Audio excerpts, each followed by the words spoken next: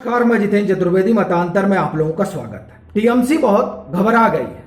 उस घबराहट की वजह वो रेनासा है जो बंगाल में एक बार फिर हो गया। देखिए, बंगाल रेनासा की धरती रही, यहां हमेशा पुनर्जागरण होता रहा है। पहला पुनर्जागरण हुआ था 18वीं शताब्दी में, और उस पुनर्जागरण का भी थीम यही था कि खुद को पहचानो और सनातन को जानो। इस बार भी वहां पुनर्जागरण हुआ, और इस पुनर्जागरण के जो अगुवा हुए वो नरेंद्र मोदी हैं। अब सनातन को जानने और पहचानने की जो कवायद शुरू हुई है, असल में उसने टीएमसी को डराव। टीएमसी क्यों, वो तमाम सियासी दल जो सेकुलरिज्म का लबादा ओढ़कर और कुछ भी बोल देते थे और निकल जाते थे, अब वो नहीं चल रहा है। क्यों? क्योंकि सनातनी जाग चुका है और वो इस पर रिएक्ट कर रहा है, और उनका रिएक्शन अब वो दिख रहा है। आप सिनेमा देखिए, सिनेमा का बहिष्कार हो जा रहा है, तो अब आप चुनाव में जाइएगा तो आपका भी बहिष्कार हो जाएगा।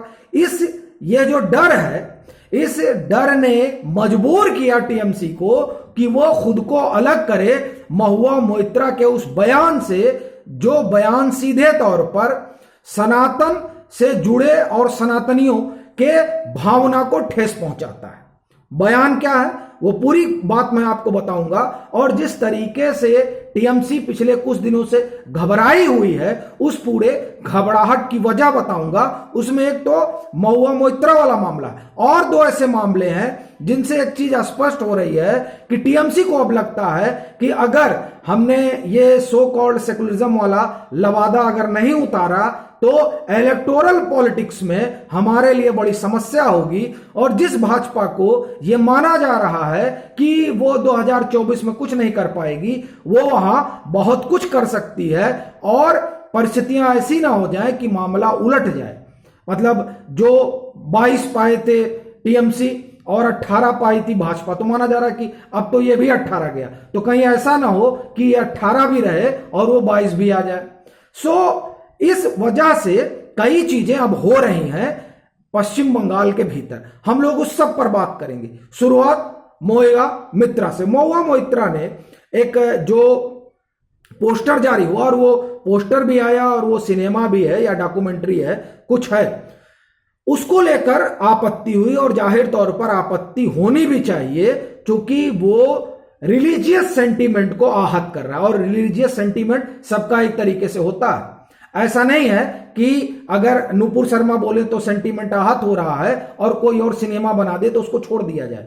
और यह पश्चिम बंगाल पर तो खासतौर से लागू होता है, क्योंकि नुपुर शर्मा के ऊपर तो ये कानूनी कार्रवाई कर रहे हैं।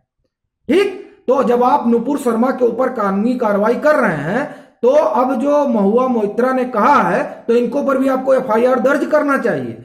सिर्फ ये कहकर आप नहीं निकल सकते हैं कि हम इनके बयान से इत्तेफाक नहीं रखते हैं, वो उनके निजी बयान है। तो ये एक बड़ी चीज हुई है। तो जब उनका बयान आता है, तो उस बयान के बाद जब आप ये कहकर निकल जाते हैं तो सवाल उठता है, और उस सवाल से अब टीएमसी परेशान है कि अब इसका जवाब क्या दिया जाए। क्योंकि ये बात जो है वो पश्चिम बंगाल के लिए तो बहुत भारी है, वैसे तो ये पूरे हिंदुस्तान और सनातन के मानने वालों के लिए भी बहुत गंभीर बात है।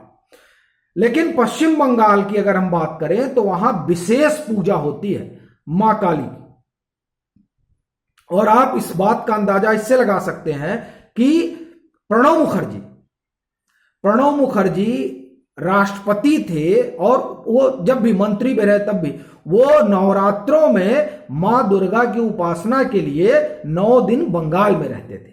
अब आप समझिए कि कितना महात्मा है। अब वहां पर महुआ मोइत्रा इस तरह से बोल देती हैं, जाहिर तौर पर यह टीएमसी समझ रही है कि उसके लिए नुकसान का अब सबब बनेगा, और इसलिए ज्यादा, क्योंकि ये जो नुपुर शर्मा पर आप कार्रवाई करें और महुआ मोइत्रा पर ना बोले, तो जाहिर तौर पर भाजपा उसे मुद्दा बनाएगी, और भाजपा ना भी बनाए तो ये जो सनातन का पुनर्जागरण है वो आपको सबक सिखा सकता है। इस बात का डर तो है, और ये डर जो है उसने मजबूर किया। ये मुझे लगता है कि आप जो है खुद को अलग कर लिए, एक बात। दूसरी बात, जो मैं दूसरी घटना की बात कर रहा हूं, तो आप देखिए कि 2021 में जब चुनाव हुआ और चुनाव के बाद जो हिंसा हुई, उस हिंसा से जिस तरीके को अभियान चला, भाजपा ने चलाया, और फिर वीरभूमि की घटना होती है जिसमें टीएमसी के कार्यकर्ता ही आपस में उनकी भिड़ंत होती है और फिर उसमें कुछ घर जल जाते हैं, कई मासूमों की जान जाती है, वो हिंसा। और एक दूसरी घटना होती है जिसमें एक बच्ची के साथ यौन दुर्व्यवहार होता है। ये तीन घटनाओं ने, जिस तरीके से ये तीन घटनाओं को लेकर भाजपा ने अभियान चलाया, उससे टीएमसी डर गई। यह दूसरा वाक्य मैं आपको बता रहा हूं, जब टीएमसी घबराई, क्योंकि उससे पहले मुझे नहीं ध्यान है कि इस तरह की कभी कोई चर्चा होती थी, लेकिन भाजपा ने बाकायदे इस पर अभियान चलाया और उस अभियान से जो धक्का लगा, उस धक्का से टीएमसी घबराई। पहला, ममता बनर्जी की जो एक राष्ट्रीय छवि जो वो कोशिश कर रही हैं बनाने की, वो उस इमेज को जो है डेंट लगा इन घटनाओं से, क्योंकि इससे एक संदेश जाता है कि साहब आपके यहां लॉ एंड ऑर्डर की क्या स्थिति है। आप बात ये करते हैं कि आप प्राइम मिनिस्टरियल कैंडिडेट, लेकिन जो प्राइम मिनिस्टरियल कैंडिडेट है उसके स्टेट में ये लॉ एंड ऑर्डर की स्थिति है।